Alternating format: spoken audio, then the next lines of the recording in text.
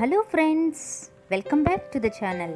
ఈరోజు మనం గరం గరం కరకరలాడే మినపవళ్ళు ఎలా తయారు చేసుకోవాలో చాలా సింపుల్గా, ఈజీగా, టేస్టీగా ఎలా తయారు చేసుకోవాలో చూద్దామా.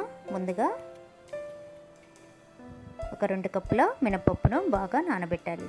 నేను కొంచెం ఎర్లీగా లేట్గా నానబెట్టడం వలన నైఫ్ని పెట్టాను. సో నైఫ్ పెట్టడం వలన 4 గంటలు నానేవి 2 అవర్స్లోనే నానిపోతాయి. సో ఇది ఒక చిన్న చిట్కా అండి.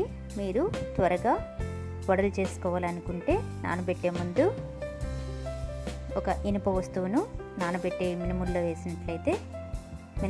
వేసినట్లయితే త్వరగా నానిపోతాయి.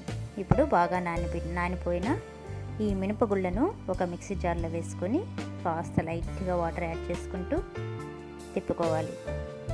ఇది వచ్చి మరీ అంత వాటరీగా ఉండకూడదు, మరీ అంత గట్టిగా కూడా ఈ పిండి అనేది ఉండకూడదు. కొంచెం మీడియంగా చూడండి. చాలా సాఫ్ట్గా ఇలా ముద్ద చేస్తే వడకి ఈజీగా వచ్చేటట్లు మనం మిక్సర్ జార్లో గ్రైండ్ చేసుకోవాలి. ఇది ఒక బౌల్లో వేసుకొని ఇందులో ఒక ఆనియన్, సన్నగా తరిగి పెట్టిన పచ్చిమిర్చి, అలాగే టేస్ట్కి సరిపడా సాల్ట్, 1 టీ స్పూన్ జీలకర్ర,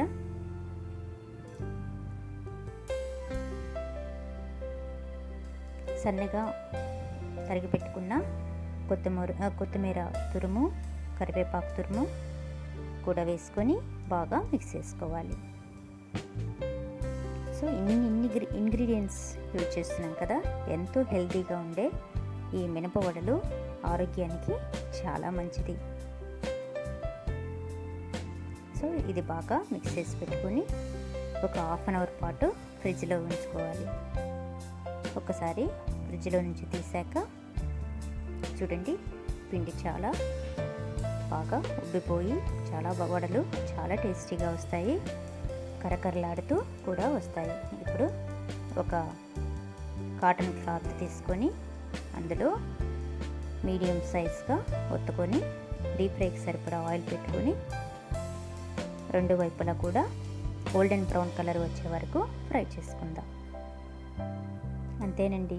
చిన్న చిన్న చిట్కాలను పాటిస్తూ పిండి వేసుకునేటప్పుడు చిన్న చిట్కాలను పాటిస్తూ